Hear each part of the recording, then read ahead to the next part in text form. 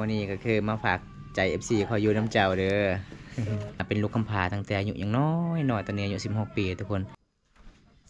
3 คนแล้วเลยบ่ยังบ่ทันได้แล้วอ๋อสุพ่อก็เห็นเจ้าเวลามาที่ให้นี่เจ้าออกน้ำเวลามาที่ให้ไปตักน้ำเลยมื้อนั้นเจ้าว่าจะกินปลากระป๋องเนาะ บอมตาก็ให้น้อง3,000 กีบทุกคนแต่มื้อนี้บอมตาก็จัดให้ตามคำขอผู้ใหญ่จากประเทศไทยเด้อทุกคนสาวานอันนี้เงินผู้ใหญ่ใจดีฝากมานำอ้ายเด้อขอบใจหลายๆเด้อโดยเพิ่นว่าเป็นหยังเนาะสาวานทักเมื่อใดคือบ่ได้ฮัดเป็นเพื่อนคือบ่เห็นอ่อนเลย เวลาไปเลินต้องปีนภูเขาเนาะมันยากทุกคนตอนนี้ก็คืออย่าลืมมันเด้อมี FC ทักหาเจ้าฮับนี่เด้น้องว่าเขาเจ้าอยากลมนับคุยกับเจ้าดีใจหลายๆดีใจหลายๆเอาขอขอบใจผู้ใหญ่ใจดีเด้อขอบใจเด้อที่มาช่วยน้องขอให้อยู่ดีมีแฮงเนาะโดยนี่น้องก็เคินลายทุกคนเราบ่เป็นน้องก็เว้าเล่ายังบ่ค่อยเก่งปานใดแต่ก็ไข่ทุกคนน้องก็เข้าคลิปครั้งแรกๆเว้าเล่าสำเนียงก็เก่งอยู่ทุกคนเลยเพื่อนซ่านบ้านซ่องเพิ่นก็ประมาณซำนี้อันนี้คือห้องนอนน้องเด้โอ้บ่มีเสื้อใส่ บ่มีเสื้อบ่น้อง แม่ สมมุติว่าคันมีผู้ใหญ่ใจดีอยากซื้อเสื้อมือเก่าๆพอดีออกให้ออกสวนน้องเอาบ่เอาเนาะบอมตาไปเมื่อใดก็เห็นน้องนุ่งเสื้อสีดำตลอดเลยทรงเจ้าได้ก็ประมาณซำนี้บ่ทรงบ่แม่นโอ้ห้องนอนสาวโสดอันนี้บางเขาเจ้าเฮ็ดกินนึ่งข้าวเป่าไฟแต่ติ๊กขาวน้องนี่ใหญ่แต่มันก็สิพังหมดแล้วทุกคนbằng giờ quay hấm nịnh bằng tội nịnh ta tạ không thể mâm tội nhưng bằng ơi nằm lại thề โดย nằm mà nè เอาทุกคนบอมตาก็สิแปลให้ภาษาลาวด้วยทุกคน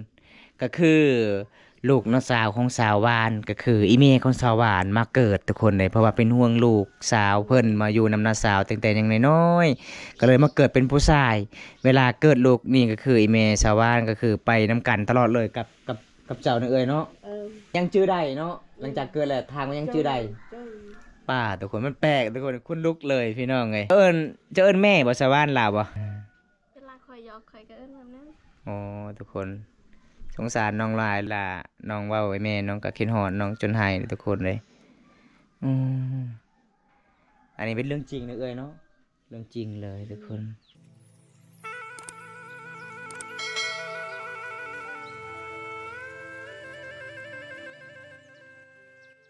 สวัสดีทุกคนสวัสดีบริการยามเช้าทุกคนเลยวันนี้บ้อมตากับมาเดินทางมูที่บ้านตะลิงคือเก่าสบานพระเจ้ากับปล่อยโคตรลายเลยทุกคนบรรยากาศยามตอนเช้าๆในเขตชนบทอันนี้จะเป็นหมู่บ้านสะบึทุกคนหมู่บ้านสะบึเลยทุกคนวันนี้บ้อมตากับมาเดินทางเข้าสู่หมู่บ้านตะลิงหมู่บ้านที่ติดกับเป็นภูเขาโดยทุกคนลีกทางโคตรหลายเลยทุกคนเลยหมู่บ้านนี่กับสัตว์ใหญ่เอายังอุดมสมบูรณ์นะก็จะยังเลี้ยงทุกคน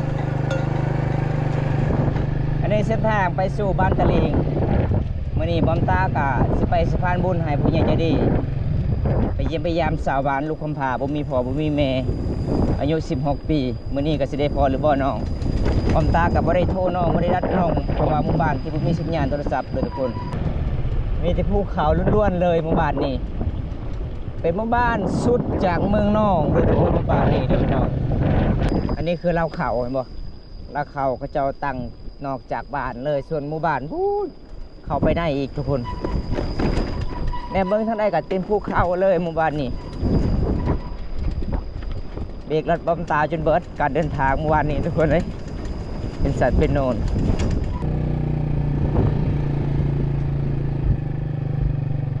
สิ่งเงียบเลยทุกคนไม่มีหดสาบ้านเลยเขาเจ้าชนลายก็เห็นให้เห็นสวนลายออกให้ออกสวนตามภูเขาเลยสบานกับผมค่อยอยู่เฮือนช่วงนี้ทุกคน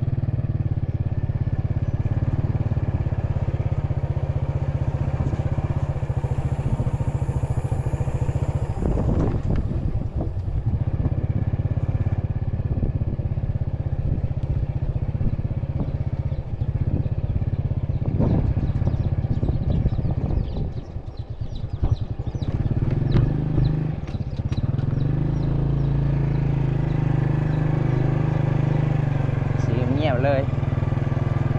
เอาวันนี้เสด็จพอหรือบ่น้อง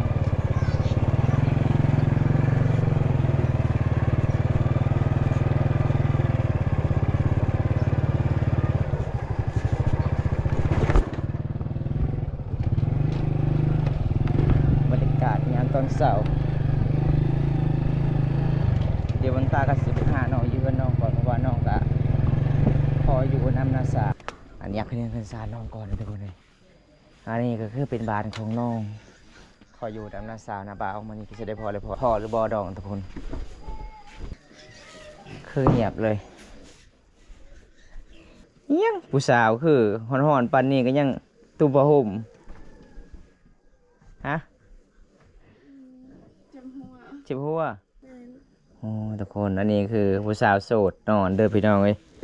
บ่แม่นลมผู้บ่าวเมื่อคืนนี่บ่คือยังนอนแหงผู้สาว2คนนี่นะ บ่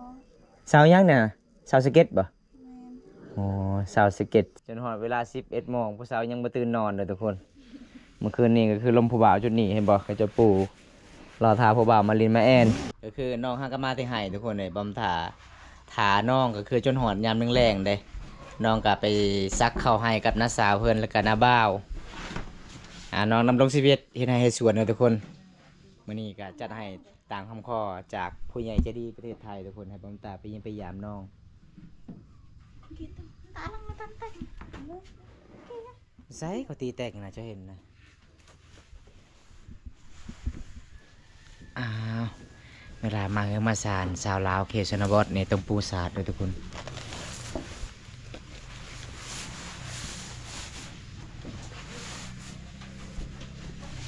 พอดีแล้วสำเนี เจอจานต่อได้ จ่าเจอจะโดน เดี๋ยวเด็กติดมา สบายดีสบาย สบายดี น้องมาได้ให้บ่ แม่น อ๋อไปจากคนมื้อนี้สักเขาให้ 3 คน 3 คนแล้วเลยบ่ ยัง ยังบ่ทันได้แล้ว แม่น อ๋อสุดพ่อก็เห็นเจ้าเวลามาที่ให้นี่เจ้าอองน้ำ เวลามาที่ให้ไปตักน้ำเลย แม่น อ๋อทุกคนเลย มี FC บอกว่าบอมตาไปถามเบิ่งสาวสาวว่านนี่เด้อ เป็นหยังเพิ่นคือบ่ได้รับเพจอายเพิ่น คอยบ่ได้ไปเล่นโทรศัพท์ อ๋อบ่มีเน็ตบ่ ฮะ ยังมีอยู่บ่เน็ตนะ ยัง ยังมีอยู่เนาะ แม่น ถ้าไปดินมือใดก็คือหาเป็นเพื่อนนี่เด้อ เพราะว่า FC หลายๆคนทักหาเจ้าเมื่อนี้น้องฮู้ยังว่าอายมาเยี่ยมมายามเจ้า บ่มี บ่ฮู้เลยบ่ บอมตาก็จัดให้ตามผู้ใหญ่ใจดีให้บอมตาก็ไปสะพานบุญให้ซอยน้องซื้อสบู่ซื้อเกลือนั่นละเล็กน้อยดีใจบ่ ดีใจ ดีใจเนาะ น้องบ่ได้พันหยังคืนนี้บ่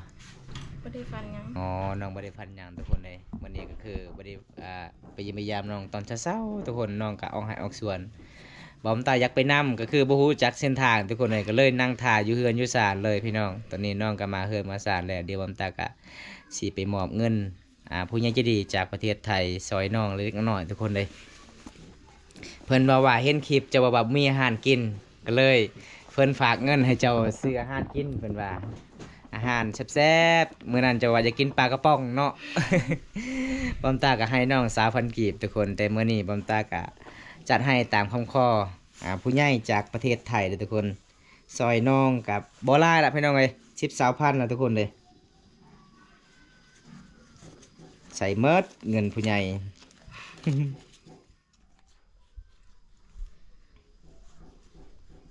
ยาวกว่าแม่ก็มาตึกๆก่อน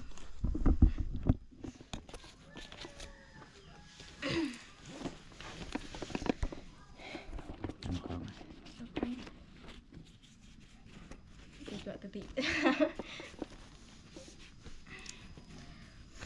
เอาสวานอันนี้เงินผู้ใหญ่ใจดีฝากมาน้ำอ้ายเด้อ ขอบใจหลายๆเด้อ โดยเพราะว่าผู้ใหญ่ใจดีก็เป็นห่วงเป็นใยเจ้าเพราะว่าเจ้าว่ามีอาหารกิน ถ้ามี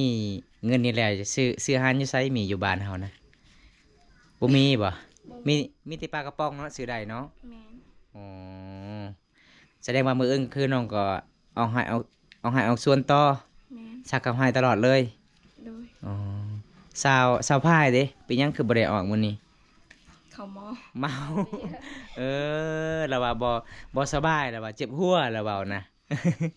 เมากินแต่เมื่อคืนนี่ แม่น ผู้บ่าวมาห้าบ่หรือว่าจังใดไปเล่น เศร้าสุขก็เฮ็ดวันเกิด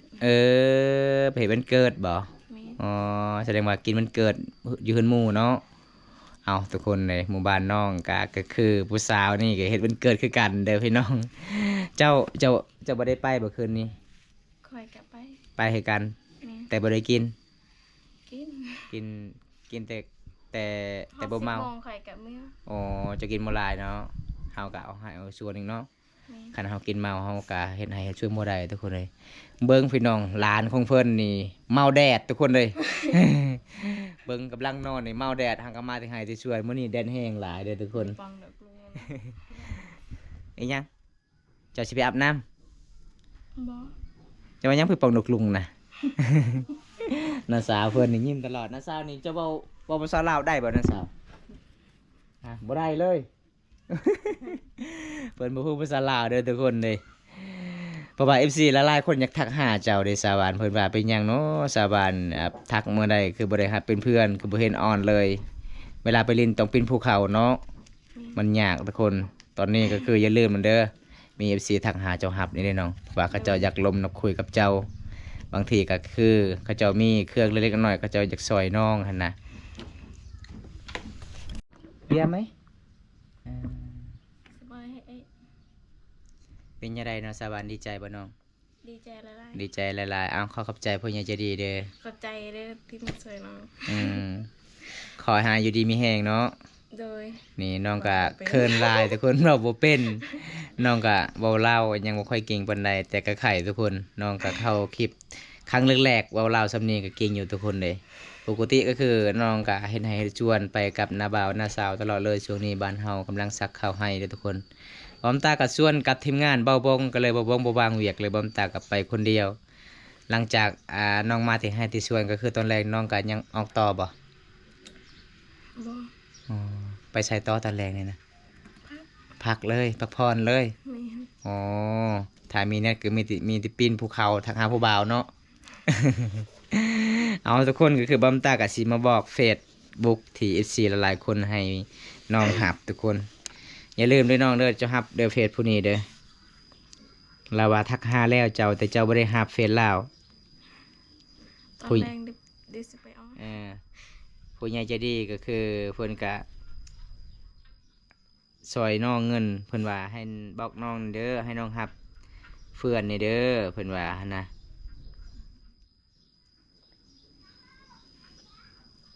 นี่ผู้นี้เด้อนี่เห็นบ่หน้าปกแบบนี้นะ โดย เอาตอนนี้บอมตากับไปบอกน้องเด้อทุกคนเลยให้น้องหับเป็นเพื่อนเพิ่นอยากคุยอยากล้มกับเจ้าแต่เจ้าก็คือเว้าได้ภาษาไทยบ่ โดดัก น้องก็ดัง เพิ่นว่าเว้าบ่เป็นเด้อทุกคน เป็นแต่ภาษาลาวเนาะ แม่ เป็นแต่บ่หลายเด้อทุกคนเลย เป็นนิดเดียวพี่น้องมื้อนี้บอมตาระยะการเดินทางก็แต่เมืองนองหาบ้านบอมตาก็4กิโลลักไปเมืองนองไปหาบ้านน้องก็ตก20กิโลลักทุกคน20ปลายกิโล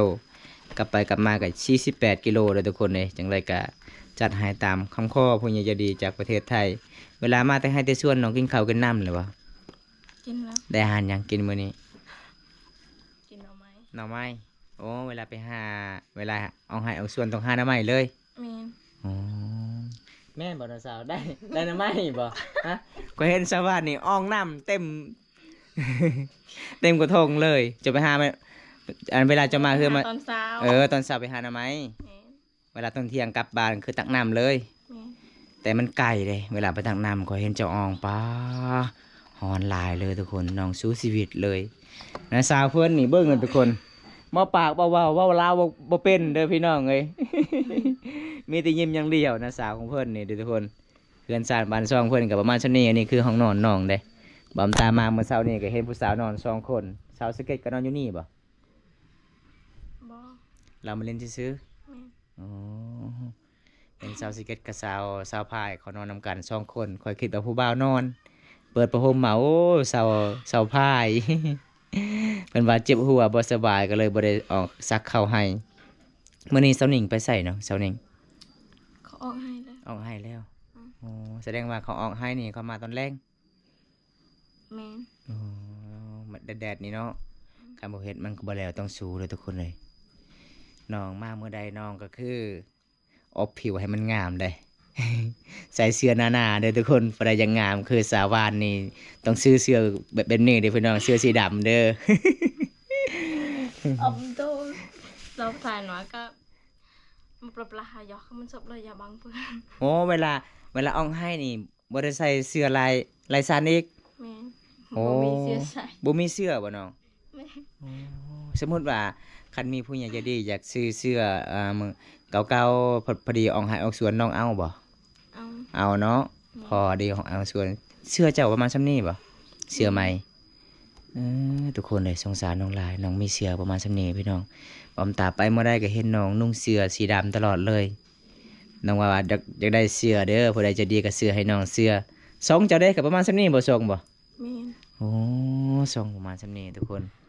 เอากะว่าแม่นความน้องเว้าทุกคนแม่บอมตาสั่งคอนเทนต์เอาเด้อพี่น้องเบิ่งเฮือนน้องประมาณซ้ำนี้ทุกคน อันนี้คือห้องนอนน้าสาว อันนี้ห้องนอนน้องกับสาวพายทุกคนนอนกัน2 คน อันนี้พังมัดผู้บ่าวไปลิ้นผู้บ่าวงัดมัดอันนี้นะ ห้องนอนสาวโสด อันนี้บางเขาเจ้าเฮ็ดกิน1ข้าวเป่าไฟ แต่ติ๊กขาวน้องนี่ใหญ่แต่มันก็สิพังหมันแล้วทุกคน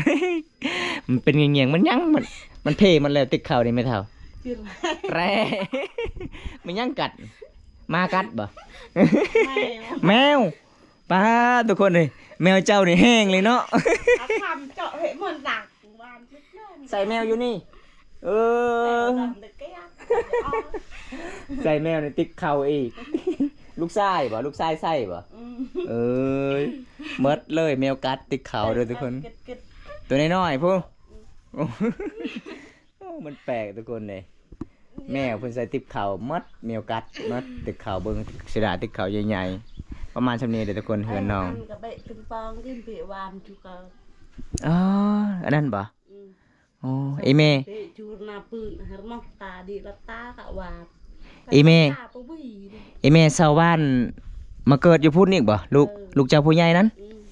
โอ้ Băng kẹt ăn chơi Ấy băng mà hay em ăn ยังน้อยแล้วเอิ้นชาวบ้านนี่ลูก Mớn mà bay Nga mừng bên tì à han mẹ Giọt ơi hệ công chuyện lắm Tì cái này giọt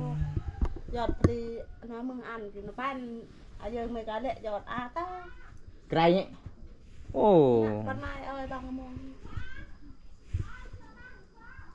Con này nó yêu lắm โอ้ Vì ở đây ăn ngoài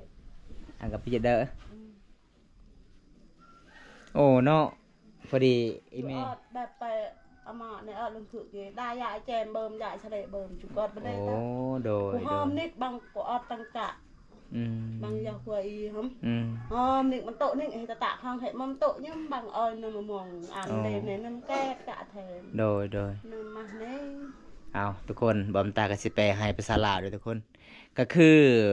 ลูกน้องสาวของสาววานก็คืออีเมของสาววานมาเกิดทุกคนเลยเพราะว่าเป็นห่วงลูกสาวเพิ่นมาอยู่นำน้าสาวตั้งแต่ยังน้อยๆก็เลยมาเกิดเป็นผู้ชาย เวลาเกิดลูกนี่ก็คืออีเมสาววานก็คือไปน้ำกันตลอดเลยกับเจ้านี่เอ้ยเนาะ เออ โอ้ทุกคนนี่นะพี่น้องเอ้ย ชีวิต โอ้ชีวิตเกิดเฮาพี่น้องเอ้ยเป็นห่วงลูกก็เลยมาเกิดเป็นผู้ชายอยากเลี้ยงตัวอยากเลี้ยงลูกซอยเพิ่นว่า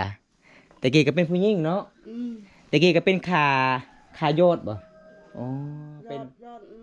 ไอ้หมอมโบดมุตะปู โอ้ก็ยังชื่อได้เนาะหลังจากเกิดแล้วทางมันยังชื่อได้ เจ้า ป้าทุกคนมันแปลกทุกคนคุณลุกเลยพี่น้องเอ้ย กะอาย เจ้าเอิ้นแม่บ่สะว่านลาวบ่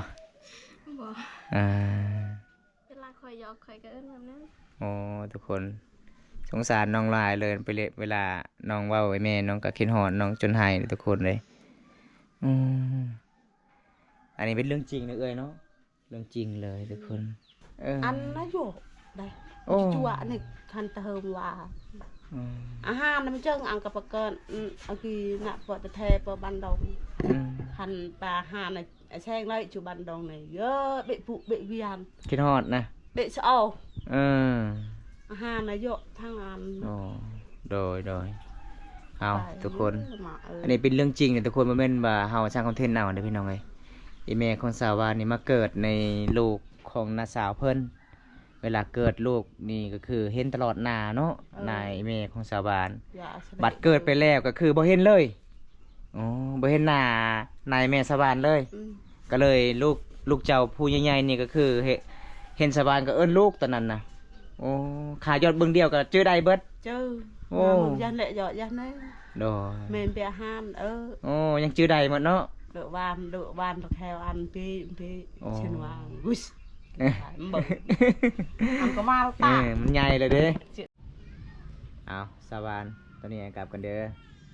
มื้อนี้บ่มีหยังหลายแล้วมาเยี่ยมมายามเจ้ามื้อนี้ก็คือมาฝากใจ FC เขาอยู่น้ำเจ้าเด้อ อย่าลืมเด้อเวลาไปเล่นโทรศัพท์หาเพจผู้ใหญ่ใจดีเด้อเพราะว่าผู้ใหญ่ใจดีก็อยากทักหาเจ้าเบิ่งคลิปก็เป็นน่าสงสารมื้อนี้บอมตาก็เดินทางกับเบิ่งเพิ่นบ่พันเลยทุกคนเลยว่าสิฮู้จักคร่าวๆเรื่องราวน้องว่าอีเมมาเกิดในเฮือนหลังนี้ทุกคนบอมตาก็ดีใจนำน้องหลายก็คือน้องก็เป็นคนสู้ชีวิตหาเงินหาคำก็บ่เป็นเพราะว่าเฮ็ดเวียกเฮ็ดงานก็คือไปกับน้าบ่าวกับน้าสาว3คน4คนกับสาวพายทุกคนเลยเป็นลูกกำพร้าตั้งแต่อายุยังน้อยหน่อยตอนนี้อายุ16 ปีทุกคนโอกาสหน้ามีเวลาว่างก็มาเยี่ยมมายามกันใหม่เด้อน้องเด้อบ๊ายบาย4เด้อน้องบ๊ายบาย